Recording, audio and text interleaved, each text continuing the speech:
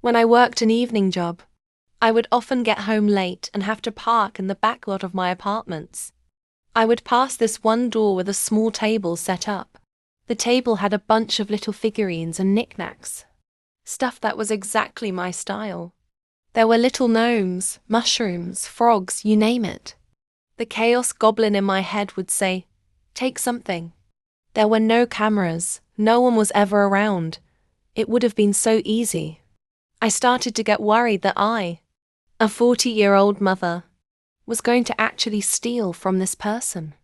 I struggle with impulse control. Finally, I figured out the solution. Introduce chaos and get the sweet dopamine by leaving things there instead. Obviously, I have my own extensive collection of random objects I have impulse bought over the years. The first time it was a small frog and a carved resin rose. I set them on the table and scurried home.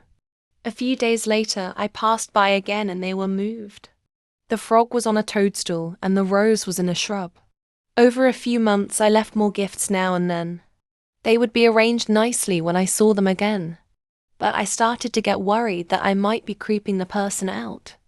And I am really nosy, and I wanted to know who they were. I didn't want to just knock on the door and confess. So I devised a plan. In my town, a group of people will paint small rocks, then leave them to be found in random places. There is a message on the back with the Facebook page of the group. People who find a rock will post where they found it, then leave it somewhere for the next person. I had one such rock in my possession. I left the rock on the table and then waited, stalking the Facebook page. To my delight, the rock appeared after a few weeks.